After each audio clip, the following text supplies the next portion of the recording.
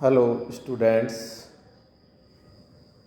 मैं doctor Sunil Kumar Goyal, assistant professor government college Ajmer. आज income tax law and accounts के तहत चैप्टर सैलरी के अंतर्गत परक्यूसाइड्स अध्ययन करेंगे।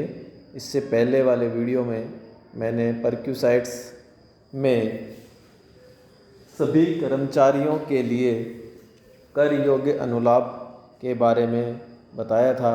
आज के इस वीडियो में मैं विशिष्ट कर्मचारियों के लिए कर योग्य अनुलाभ के बारे में बताऊंगा, चर्चा करेंगे।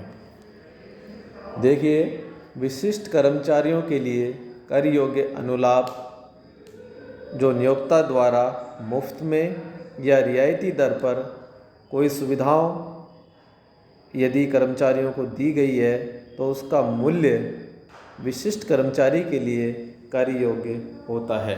ऐसे कौन कौन से अनुलाभ या सुविधाएं हैं जिनका विशिष्ट कर्मचारियों के लिए कर योग्य होता है?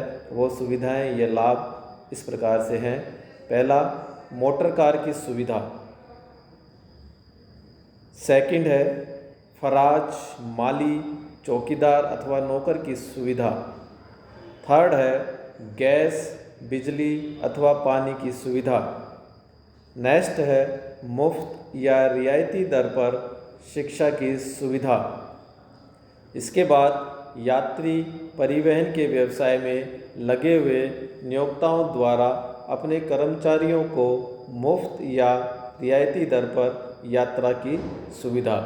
ये सभी जो लाभ या सुविधा नियोक्ता द्वारा अपने कर्मचारियों को दी जाती है वो केवल विशिष्ट कर्मचारियों के लिए कर योग्य होता है। अब विशिष्ट कर्मचारी कौन होते हैं इसके बारे में हम चर्चा कर रहे हैं कि कंपनी का ऐसा कर्मचारी जो उस कंपनी का संचालक भी हो।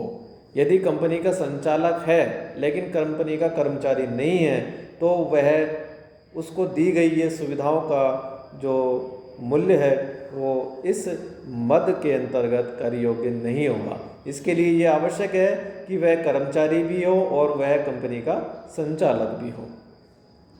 सेकंड आता है कंपनी का ऐसा कर्मचारी जिसका कंपनी में सारवान हित हो।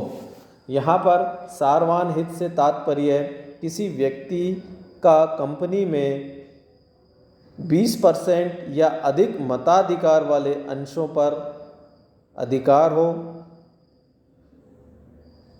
तो वह सारवान हित माना जाएगा उस कर्मचारी का।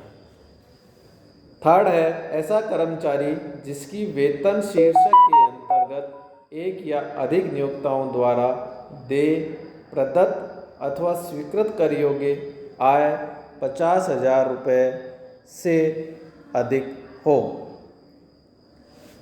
ये तो हुई विशिष्ट कर्मचारियों के लिए कर योग्य अनुलाभ। अब इसके बाद थर्ड स्टेप हमारा आता है परक्यूसाइड्स में सभी कर्मचारियों के लिए कर मुक्त अनुलाभ।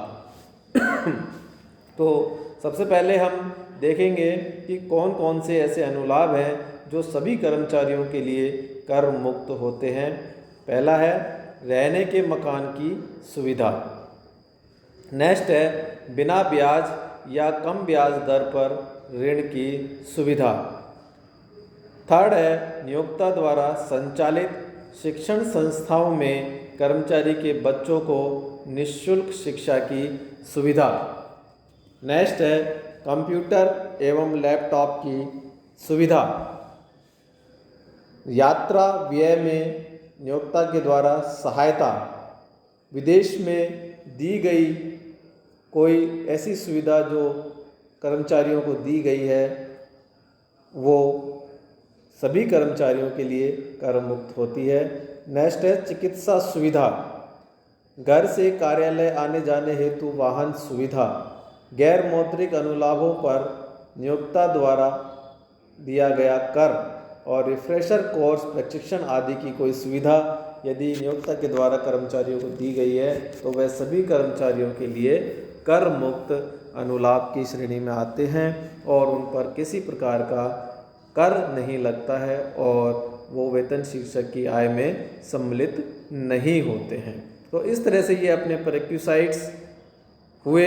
इसकी 3 कैटेगरी जो मैंने आपको बताई थी। पहली कैटेगरी थी सभी कर्मचारियों के लिए कर योग्य अनुलाभ, दूसरी थी विशिष्ट कर्मचारियों के लिए कर योग्य अनुलाभ और थर्ड थी सभी कर्मचारियों के लिए कर मुक्त अनुलाभ। तो इस तरह से ये हमारे प्रीक्विसाइट्स हुए और इनमें नियमों के तहत आयकर अधिनियम की धारा आयकर अधिनियम 1961 के तहत हम इस पर अपनी कार्रवाई करते हैं। आज के इस वीडियो में बस इतना ही। धन्यवाद।